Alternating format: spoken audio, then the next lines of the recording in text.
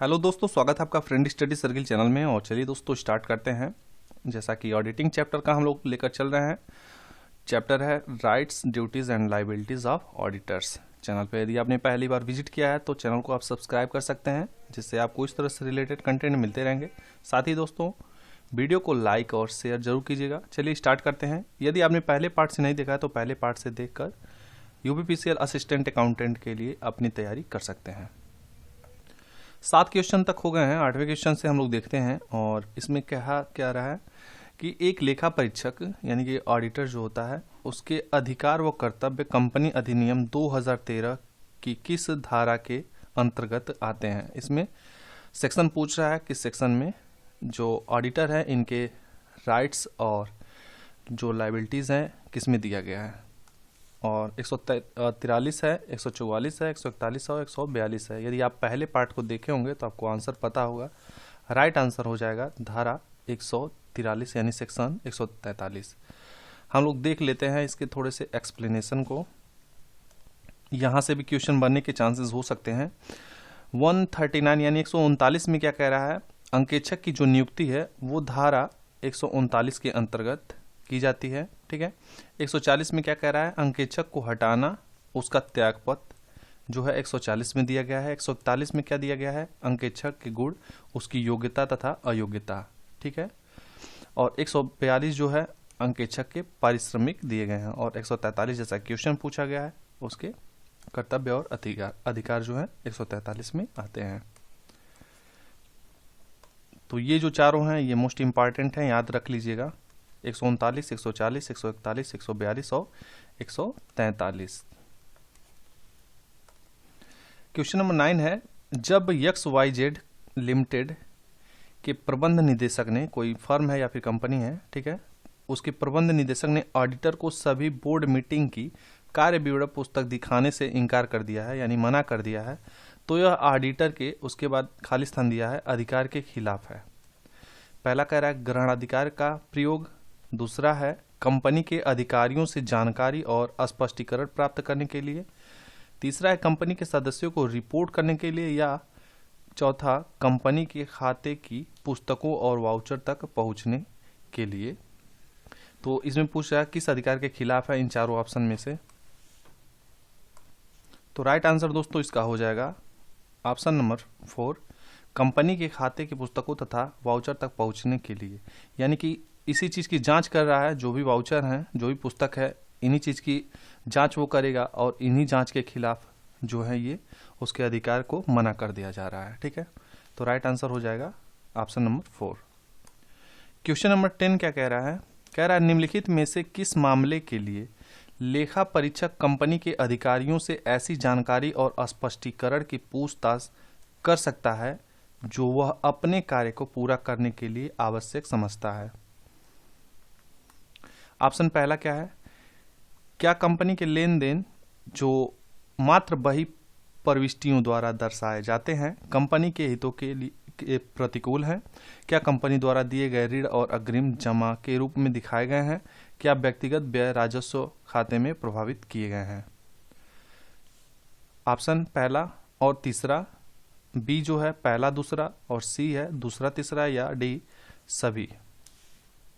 इन सभी में से आपको आंसर बताना है। हालांकि पहले हम लोग इसके डिटेल्स के बारे में बता दें कि जो कंपनी अधिनियम 2013 की धारा 143 है, ठीक है, इसमें आपको बताया ही मैंने परीक्षा की शक्तियों तथा कर्तव्यों का उल्लेख किया गया है। और किन मामलों में लेखा परीक्षक कंपनी के अधिकारियों से जानकारी और स्पष्टीकरण की पूछताछ कर सकता है, इसके बारे में बता दूं कि जो पहला जो देता है वो कंडीशन है, क्या व्यक्तिगत व्यय राजस्व खाते से प्रभावित किए गए हैं, यानी कि ऑप्शन नंबर जो तीसरा है ये मैच हो रहा है। क्या कंपनी द्वारा दिए गए ऋणों और अग्रिमों को जमा राशियों के रूप में दिखाया गया है, ठीक है, तो आपके ये भी ऑप्शन मैच कर रहे हैं। उसके बाद क्या कंपनी के लेन देन जो केवल पुस्तक प्रविष्टियों द्वारा दर्शाए जाते हैं वे कंपनी के हितों के प्रतिकूल है, तो यानी कि ये भी ऑप्शन आपका सही है। तो राइट आंसर जो होगा वो हो जाएगा आपका ऑप्शन नंबर डी।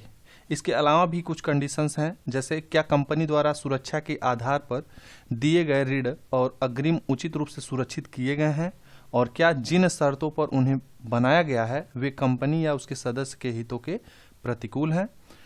उसके बाद एक कंडीशन है जो जहां कंपनी एक निवेश कंपनी या एक बैंकिंग कंपनी नहीं है, क्या कंपनी की सारी संपत्तियों, शेयर, ऋणपत्रों और अन्य प्रतिभूतियां शामिल हैं, उस कीमत से कम कीमत पर बेची गई हैं जिस पर कंपनी द्वारा उन्हें खरीदा गया था। तो ऐसे 5 कंडीशन बनेंगे, लेकिन इसमें जो 3 कंडीशन दिया गया है उन सभी को फॉलो कर रहा है और इस वजह से जो है ये तीनों कंडीशन सही हैं। राइट आंसर हो जाएगा सभी।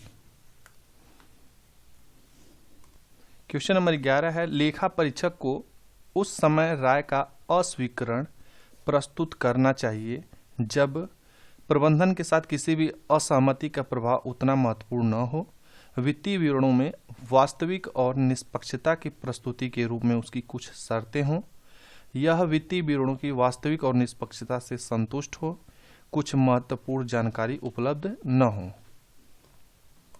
यहाँ पे एक्सप्लेनेशन देखिए, फिर आंसर आपको मिल जाएगा। कह रहा है एक लेखा परीक्षक को उस समय राय का अस्वीकरण प्रस्तुत करना चाहिए जब वो निष्कर्ष निकालने या अपनी राय का समर्थन के लिए पर्याप्त और उपयुक्त वित्तीय विवरण में कुछ महत्वपूर्ण जानकारी प्राप्त नहीं होती है।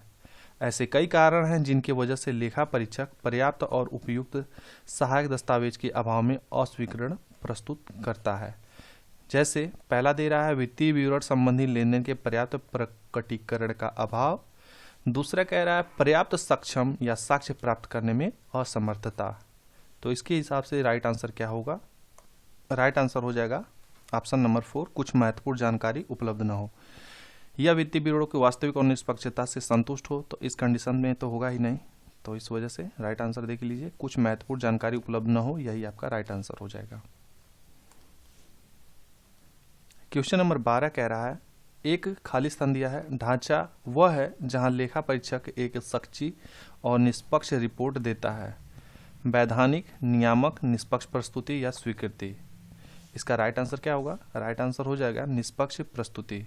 एक निष्पक्ष प्रस्तुति ढांचा वह है जहां लेखा परीक्षक एक सच्ची और निष्पक्ष रिपोर्ट देता है। थोड़ा सा इसके डिटेल्स में हम लोग देख लेते हैं क्या दे रहा है। कह रहा है एक निष्पक्ष प्रस्तुति ढांचा वह है जहां लेखा परीक्षक एक सच्ची और निष्पक्ष रिपोर्ट देता है। सच्ची और निष्पक्ष दृष्टिकोण का अर्थ क्या है, इसके बारे में बता रहा है कि लेखा परीक्षक अपनी राय बताएगा कि वित्तीय विवरण भौतिक रूप से गलत बयानों और पूर्वाग्रह से मुक्त है तथा वित्तीय विवरण वास्तव में तैयार किए गए हैं और निर्धारित लेखांकन मानकों के अनुसार उचित रूप से प्रस्तुत किए गए हैं। ठीक है।